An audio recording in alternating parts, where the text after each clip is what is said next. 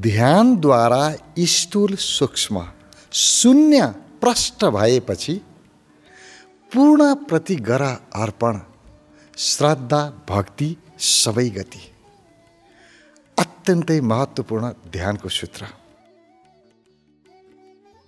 सबैभन्दा पहिला यहाँ के भन्छ सूत्रले? ध्यानद्वारा।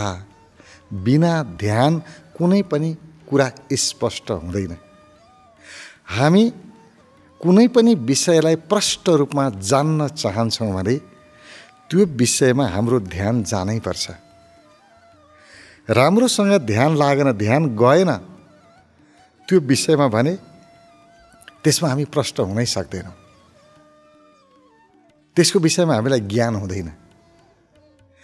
त्यसकारण जुन विषय मलाई जान्नु छ त्यो विषयमा मैले ध्यान लैजानै पर्छ, ध्यान लगाउनै पर्छ। त्यसकारण यहाँ 3टा विषय भनियो जसमा ध्यान लैजान जरुरी छ र त्यस विषयमा प्रष्ट हुन जरुरी छ कि त्यो के हो। पहिलो स्थूल विषय अथवा मभन्दा बाहिर रहेका विषयहरू। मैले बाहिरी विषयलाई पनि जान्न चाहन्छु भने त्यसमा ध्यान लैजानै पर्छ।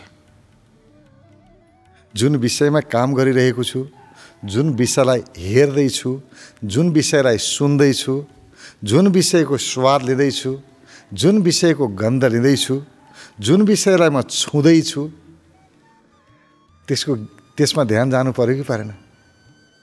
एउटालाई समाउने अनि ध्यान अन्यत्रै लगायो भने त्यसको स्पर्शको बोध हुन्छ र? स्वाद एउटाको लिने ध्यान अन्तैतिर लगाउने त्यसको स्वाद थाहा हुँदैन। एउटालाई हेर्ने ध्यान चाहिँ अन्तै लगायो भने त्यसलाई हामी राम्रोसँग जान्न सक्दैनौँ। त्यसकारण पहिलो कुरा त के हो भने ध्यानद्वारा स्थूल वस्तु प्रति पनि स्पष्ट हौ, थाहा पाऊ कि यो के हो के होइन।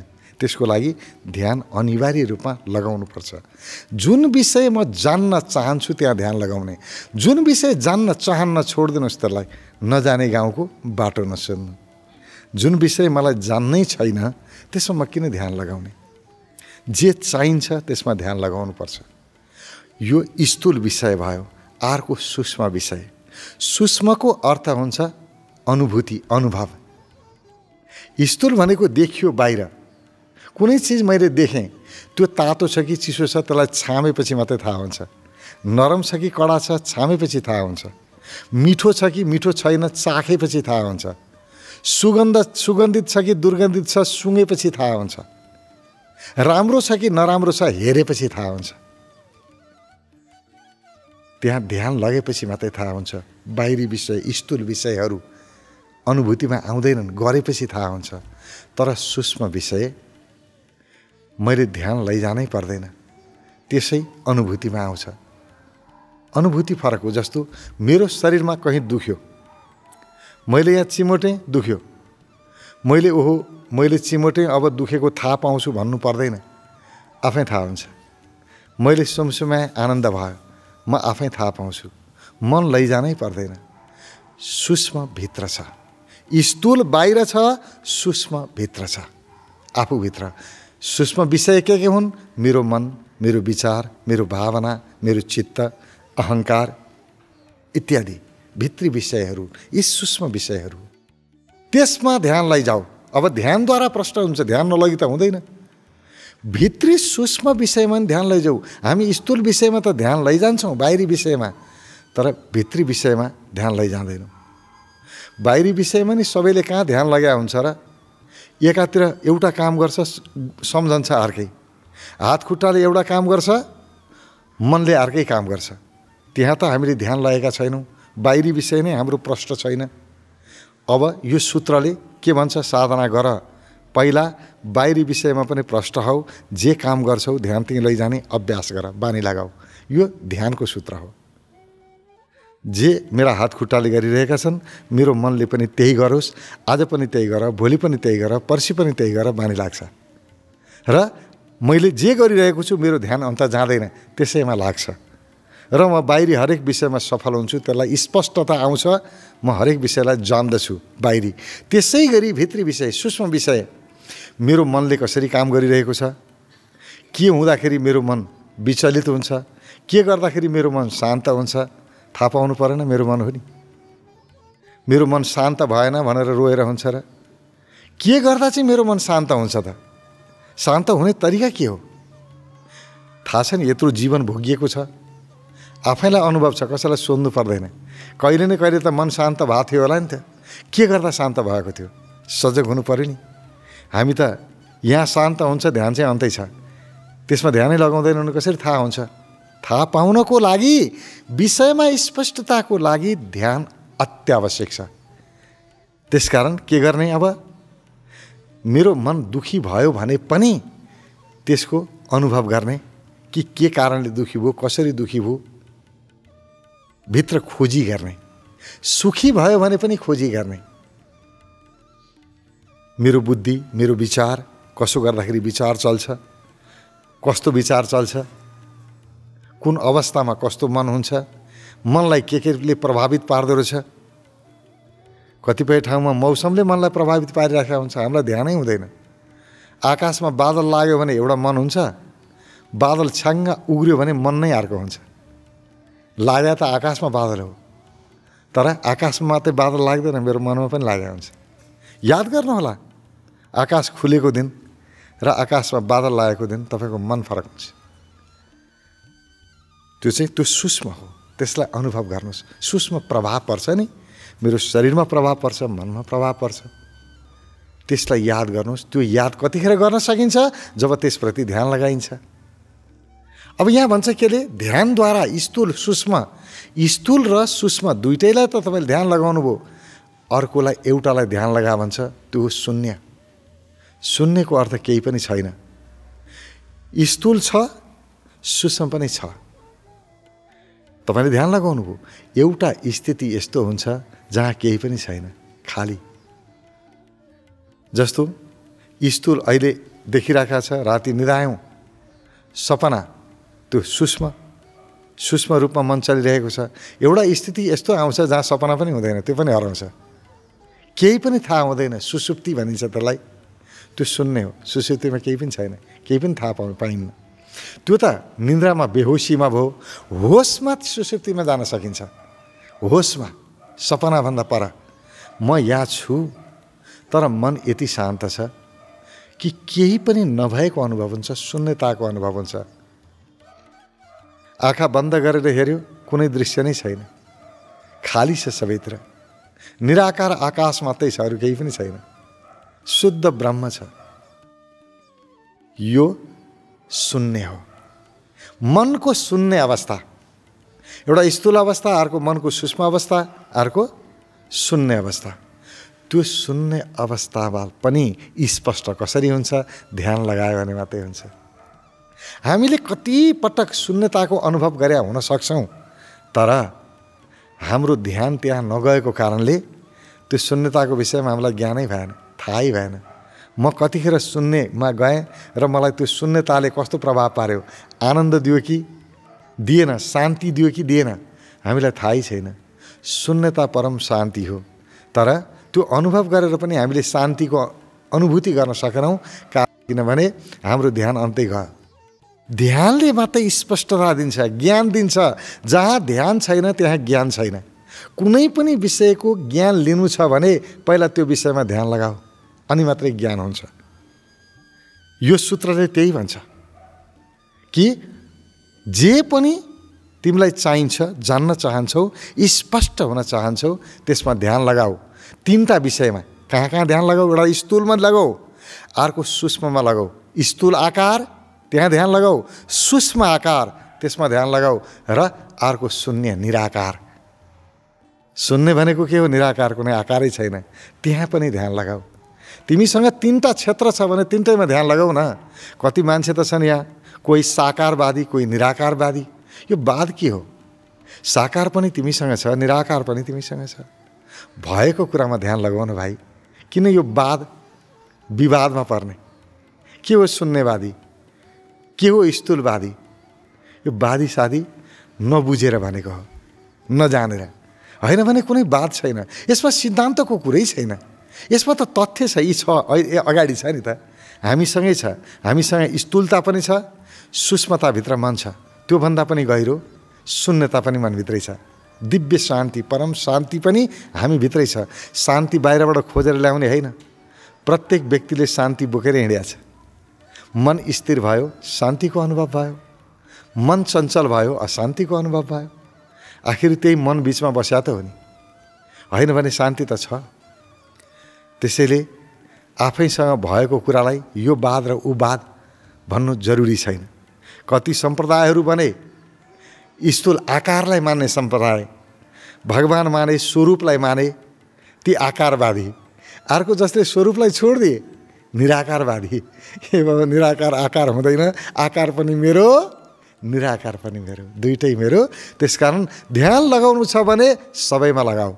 स्थूल आकारमा ध्यान लगाऊ, सूक्ष्म आकारमा ध्यान लगाऊ, निराकारमा पनि ध्यान लगाऊ, यानि कि शून्यतामा पनि ध्यान लगाऊ र त्यसमा स्पष्ट हौ, त्यसको ज्ञान होस्। पहिलो काम ध्यानद्वारा स्थूल सूक्ष्म शून्य प्रष्ट भएपछि, ध्यानबाट मात्रै प्रष्ट हुन्छ। पहिला प्रष्ट गर, त्यसपछि के गर? पूर्णप्रति गर अर्पण। अब यहाँ पूर्णताको कुरा छ ल। अब यो बुझौँ, पूर्ण भनेको के हो? पूर्णलाई अर्पण गर्नु पर्यो। पहिला त पूर्ण बुझौँ, अनि अर्पण के गर्ने, अनि त्यो विचार पछि कुरा गरौँ। पहिला त पूर्ण के हो? जति पनि आकारहरू छन् सबै अपूर्ण छन्। आकार कहिल्यै पूर्ण हुनै सक्दैन, सीमा छ नि, सबैको सीमा छ।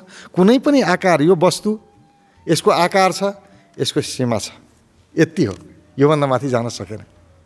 कुनै पनि आकार, चाहे सूर्य भन्नुहोस्, चन्द्रमा भन्नुहोस्, पृथ्वी भन्नुहोस्, यो सौर्यमण्डलका सबै ग्रहहरू, नक्षत्रहरू सबै आकारमा छन्, सबैको सीमा छ। त्यसकारण पूर्ण छैनन् कोही पनि। पूर्ण त एउटै कुरा छ, त्यो हो महाआकाश। यो आकाश पूर्ण छ, आकाश अधुरो छैन। आकाशमा रहेका पिण्डहरू, ग्रह, तारा, नक्षत्रहरू, यिनीहरू अपूर्ण छन्, अधुरा छन्, तर पुरा पुरा छ आकाश। आकाश कहाँसम्म छ थाहा छैन। आकाशको सीमा हुन्छ र? असीमित छ, सीमा छैन। हो, त्यो पूर्णता आकाश जस्तै छ। आकाश जस्तो छ नि, हामीभित्र एउटा यस्तो तत्त्व छ जो त्यस्तै छ, असीमित छ। जसरी आकाश कसैले बनाउन सक्दैन, आकाश कसैले बिगार्न सक्दैन। अलिकति आकाश यताको उता लैजाउँ भनेर कसैले सक्दैन। न यो आकाश कहिले मर्यो न जन्मिन्छ।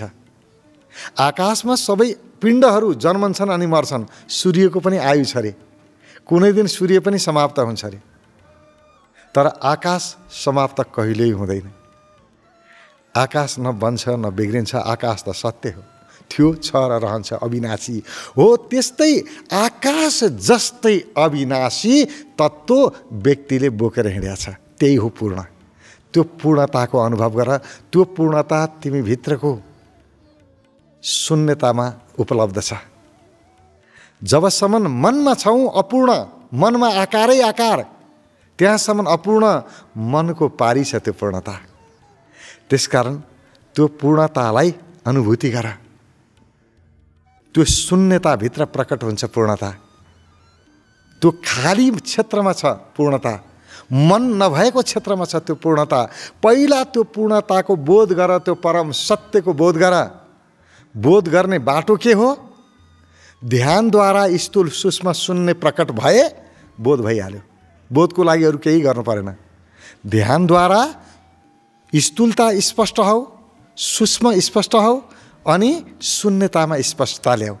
शून्यतामा ध्यान लगाउनु भयो कि त्यो पूर्णता प्रकट भइहाल्यो, आफै आउँछ। तपाईँले गर्नु पर्दैन, आफै तपाईँलाई बोध हुन्छ। हो, त्यो पूर्ण आकाश जस्तो पूर्ण आफूभित्र अनुभवमा आएपछि अब अर्पण गर। के अर्पण गर? श्रद्धा भक्ति अर्पण गर। कहाँ अर्पण गर? त्यो शून्यतामा चाहिँ अर्पण गर, अथवा त्यो पूर्णतामा अर्पण गर, जो अधुरो छैन, आधा छैन, यति छैन। कुनै आकार होइन त्यो। यति भगवान यति दानव भन्ने छैन। त्यहाँ न देवता न दानव, त्यो त एउटै मात्रै छ। एक ईश्वर एउटै मात्रै, त्यहाँ द्वैत छैन, दुईटा छैन, किनभने ऊ आफैमा पूर्ण छ, आधा अधुरो छैन। हो, त्यसलाई चाहिँ श्रद्धा भक्ति गर। आकारलाई श्रद्धा भक्ति गरेर के गर्नुहुन्छ? आकार आज छ भोलि छैन। आज त प्रेम गर्नुभयो, भोलि त्यो रहन्छ भने अब कसलाई प्रेम गरौँ नि? कस्तो अप्ठ्यारोमा परिन्छ। सारा आकारहरू रहनेवाला छैनन्, यी नाशवान छन्। त्यसको पछाडि, आकारको पछाडि लाग्नुभयो, कहिले पनि पूर्णताको बोध हुँदैन। किनभने आकार आज छ भोलि छैन, वियोग हुन्छ। योग पछाडि वियोग हुन्छ। जसलाई तपाईँ भेट्नुहुन्छ, जोसँग आज भेट गर्नुभयो, त्यसको परिणाम एउटै हो, छुट्टिनु। जहाँ पनि योग बन्यो अन्त्य वियोग हुन्छ। जसलाई भेट्नुहोस् तपाईँ, आज मेरा छोराछोरी छन्, श्रीमान श्रीमती, आमा बुवा, दाजुभाइ दिदीबहिनी जो पनि छन्, भोलि नहुनलाई छन्। कुनै न कुनै दिन उनीहरूसँग वियोग हुन्छ, या उनीहरू मबाट छुटेर जान्छन्, या मृत्युले उनीहरूलाई मलाई छुटाइदिन्छ उनीहरूबाट। अलग निश्चित छ। कुनै पनि आकार जोसुकै होस्, त्यो आकार भगवानको होस् कि मानिसको होस्, त्योसँग सरोकार छैन। जुन पनि आकारलाई समाउनु भएको छ, कुनै दिन त्यो आकार नष्ट हुन्छ हुन्छ हुन्छ। सदा सदा आकार तपाईँको साथमा रहँदैन। तर तपाईँको मनभन्दा पारी एउटा दुनियाँ छ। मन शान्त भएपछि मनको पारी, त्यहाँ पूर्णताको अनुभव हुन्छ। त्यो कहिल्यै कहिल्यै नष्ट हुँदैन। त्यो पूर्णता कहिल्यै नष्ट हुँदैन। त्यसकारण भक्ति गर्न योग्य, श्रद्धा गर्न योग्य त्यही पूर्णता मात्रै हो, जो तपाईँ बाँचे पनि छ, मरे पनि छ, कहिल्यै कहिल्यै साथ छोड्दैन। सदा सदा तपाईँसँग छ, किनभने तपाईँको मूल अस्तित्व नै त्यही हो, तपाईँको हुनु नै त्यही हो। तपाईँसँग सबै छुट्ला, तपाईँसँग छुट्नुहुन्न। म त मसँग जहिले पनि रहन्छु, म जहाँ छु त्यहीँ म छु। त्यो पूर्णता हो। त्यो पूर्णतामा चाहिँ श्रद्धा भक्ति अर्पण गर। यहाँ के सूत्रले भन्छ? पूर्णप्रति गर अर्पण, श्रद्धा भक्ति सबै गति रे। श्रद्धा भक्ति मात्र होइन, सबै गति, मनको गति, शरीरको गति, भावको गति। हामीसँग भावना छ, मन छ, इच्छा शक्ति छ, शारीरिक शक्ति छ, जे पनि छ, सबै जुन गतिमा हिँडिरहेका छन्, सबै कुरा, भावको पनि आफ्नो गति, मनको पनि, विचारको पनि आफ्नो गति, शरीरको पनि आफ्नो गति छ। सम्पूर्ण गतिहरू अर्पण गर, श्रद्धा भक्ति मात्रै होइन। पूर्णप्रति गर अर्पण, श्रद्धा भक्ति सबै गति। यो ध्यानको सूत्र अत्यन्तै गहिरो छ। अभ्यास गर्दा समय लाग्ला, तर तपाईँ हामी प्रयास गरौँ अनि सफल नहौँ त्यस्तो त हुँदैन। प्रयास गरेपछि त पाइन्छ। प्रयासै नगरिकन हुँदो रहन्छ भन्नु बुद्धिमानी होइन। पहिला प्रयास गरेर हेरौँ, पुरा भएन भने जति भयो भयो नि त, त्यही ठुलो कुरा हो। तपाईँले कहाँबाट सुरु गर्नुभएको थियो? ध्यानद्वारा स्थूल सूक्ष्म शून्य प्रकट प्रष्ट भएपछि भनेको थियो। ध्यानद्वारा तपाईँ ठिक छ सूक्ष्ममा जान सक्नु भएन, स्थूलमा मात्रै प्रष्ट हुनुभयो भने पनि त बाहिरी ज्ञान आयो कि आएन, प्रगति सुरु भयो कि भएन। जेमा हात हाल्नुहुन्छ त्यहीँ सफल हुनुहुन्छ। एउटै विषयले सफलता दिन सुरु गर्यो। अब तपाईँ सूक्ष्मतातिर तपाईँले ध्यान लगाउनु भयो, मन प्रफुल्ल हुन्छ, खुसी प्रकट भयो, बाहिरी समृद्धि पनि भयो, मानसिक सुख पनि आयो। भौतिक समृद्धिको लागि स्थूलमा ध्यान, स्थूलप्रति स्पष्टता, मानसिक सुखको लागि सूक्ष्मप्रति स्पष्टता, सूक्ष्ममा ध्यान, अनि भित्र आत्मिक शान्तिको लागि शून्यप्रति ध्यान, शून्यमा स्पष्टता। तिनटै कुरा आयो, सुख, शान्ति, समृद्धि। पहिल्यै सूत्रबाट आयो, ध्यानद्वारा स्थूल सूक्ष्म शून्य प्रष्ट भएपछि के आउँछ? सुख, शान्ति, समृद्धि। तिनटै कुरा आयो। त्यसपछि यदि सुख, शान्ति, समृद्धि पछाडि म ईश्वरको अनुभूति गर्छु भन्ने, परम तत्त्वलाई जान्दछु भन्ने यदि इच्छा लाग्यो भने पूर्णप्रति गर अर्पण, श्रद्धा भक्ति सबै गति